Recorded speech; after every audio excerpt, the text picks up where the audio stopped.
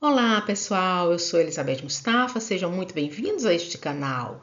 Aqui nós estudamos História, Filosofia e Espiritualidade e hoje nós vamos analisar os arquétipos e símbolos espirituais contidos na história do Peter Pan. Só para lembrar, para quem não sabe, os arquétipos são padrões mentais que influenciam nossos pensamentos, sentimentos e ações.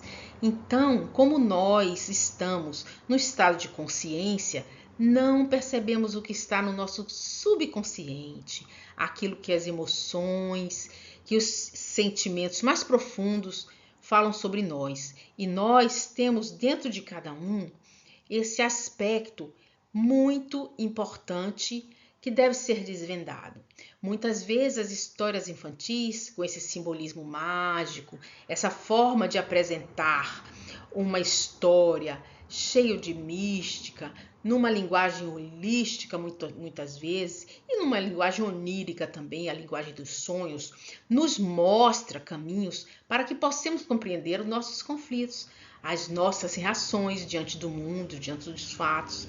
E é muito importante que a gente tenha isso claro, principalmente porque nós levamos para nossas crianças que estão em formação psíquica, emocional.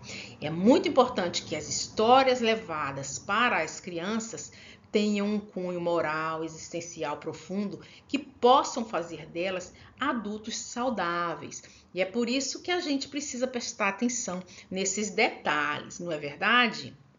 Então, se você está chegando agora neste canal, já deixa aí seu like, compartilha com as pessoas que você acha que vão gostar desse conteúdo e aproveita, dá uma olhadinha também nos outros vídeos que eu trago essa mesma temática, que são os da Branca de Neve, o Pinóquio, a Bela Adormecida, que já estão no canal. Vamos então ao nosso vídeo.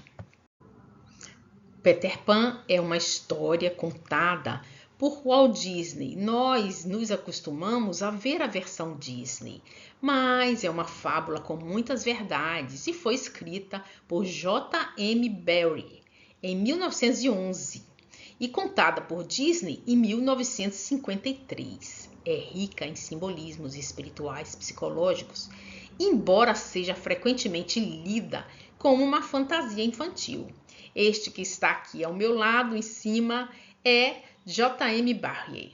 Ele é um grande escritor e também transformou a história do Peter Pan numa peça de teatro. Então, muito tempo depois, Walt Disney, com seu simbolismo mágico e a sua perfeição dos desenhos e criatividade, trouxe para nós essa belíssima história. Peter Pan é o símbolo do espírito imortal, o símbolo espiritual do ego, livre, jovem eterno. Representa o desejo humano de permanecer puro, livre, inocente e desconectado das dores da vida adulta. Ele simboliza a alma livre, não corrompida pelo tempo por recusar a amadurecer. Amadurecer, nós todos sabemos que é algo doloroso e muitos de nós nos recusamos a enfrentar a realidade da maturidade. Por isso que nós vemos muitas pessoas com a síndrome de Peter Pan, que querem ser eternas crianças. A Fada Sininho é um personagem lindo no filme. Ela representa força vital, fé e energia sutil. É muito importante que você veja a animação. Existe também um filme muito recente.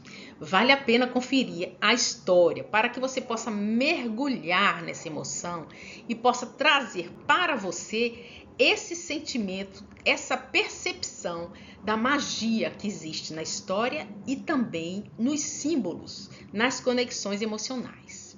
Como força vital, a Fada Sininho representa a realidade invisível, mágica, intuitiva, aquela que só funciona quando você acredita, que você percebe que existe uma intuição que fala aos seus ouvidos, que te mostra o caminho, que fala lá na sua consciência, vá por esse caminho, não vá por o outro.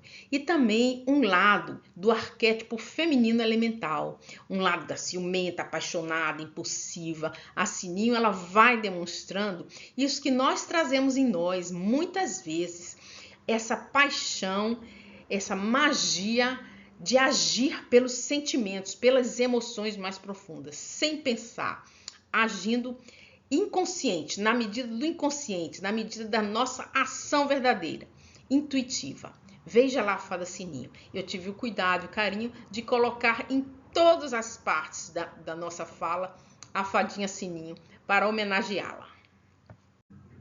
Na história do Peter Pan, ele vem voando pela janela e adentra o quarto da Wendy, uma menininha, que representa aqui o feminino espiritual, a maternidade sagrada. A Wendy, ela conta história para os seus irmãos, e isso encanta Peter Pan, e ele busca levá-la para que ela conte também histórias para os meninos perdidos que não têm mãe. Então, a Wendy representa o amadurecimento emocional, a compaixão, o papel transformador do feminino, oferecendo equilíbrio ao espírito selvagem e caótico de Peter Pan.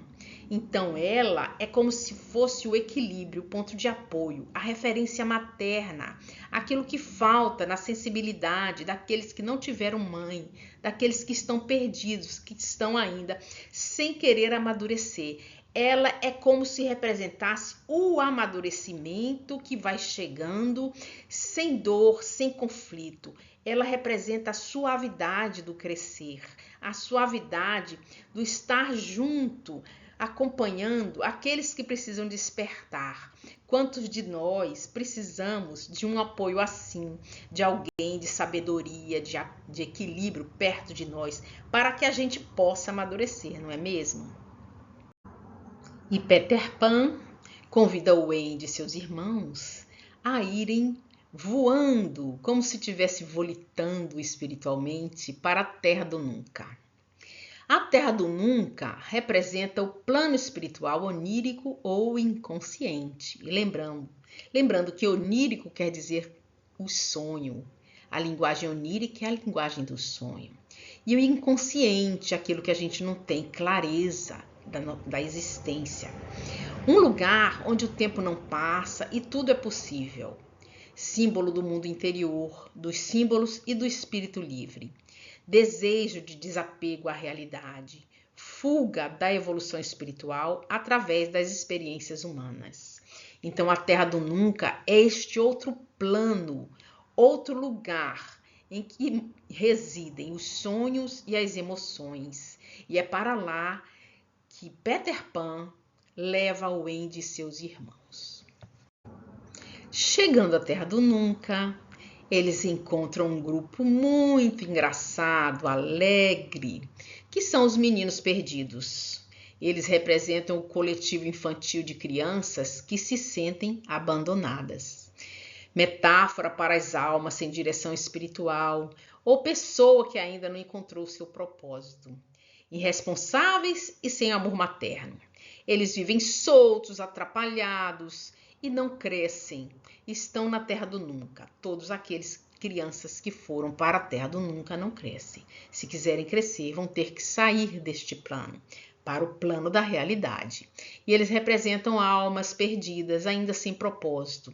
Como na humanidade existem tantos que não sabem o que vieram fazer neste plano, que não contribuem ainda com a humanidade para se sentirem realmente felizes, os meninos perdidos se representam nesse local, nesse lugar que é a Terra do Nunca, essas pessoas. Talvez a gente pense que existem tantas pessoas assim ainda, precisando de uma orientação sábia, segura, para que eles possam amadurecer e encontrar o seu propósito de felicidade e alegria de viver. Afinal, somente encontrando o nosso propósito é que nós nos tornamos verdadeiramente felizes. Como toda história infantil, existe um vilão, aquele malvado que é na verdade a sombra, o Capitão Gancho. O Capitão Gancho representa o tempo, a sombra e o medo da finitude ou o medo da morte. O Gancho é o adulto que não conseguiu integrar sua infância e vive em conflito com ela. É aquele que cresceu com mágoas profundas na sua infância. Então, não compreende a infância, não compreende as crianças e tem o ego ferido, o medo do envelhecimento e da morte. Talvez também essa síndrome de não crescer e não morrer exista aqui no Capitão Gancho. É engraçado porque Gancho, em uma batalha que travou com Peter Pan, foi-lhe arrancada a mão pela espada de Peter Pan. E esta mão tinha um relógio, e o relógio foi engolido pelo crocodilo. O crocodilo não engoliu somente o relógio, engoliu também a mão do Capitão Gancho.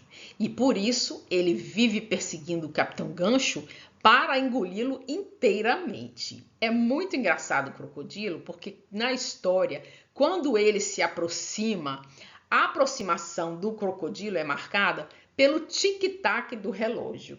Então, quando o crocodilo se aproxima, se ouve primeiro um tic-tac, e aí já sabe que o crocodilo está por perto. O crocodilo com o relógio é a inevitável presença do tempo e da morte. O crocodilo representa a lei inexorável e o karma, aquilo que você vai ter que acertar suas contas na passagem, na morte, aquilo que representa a lei de causa e efeito, o karma, um pouco do mito do deus Cronos da antiga Grécia, porque o relógio é esse tempo que devora a todos, como Cronos na antiga Grécia, o deus do tempo que devorava os seus filhos. Então, o tic-tac do relógio marcado pelo crocodilo vai dar exatamente essa ideia. O seu tempo está passando. Amadureça. É genial essa história, não é? O que vocês acharam?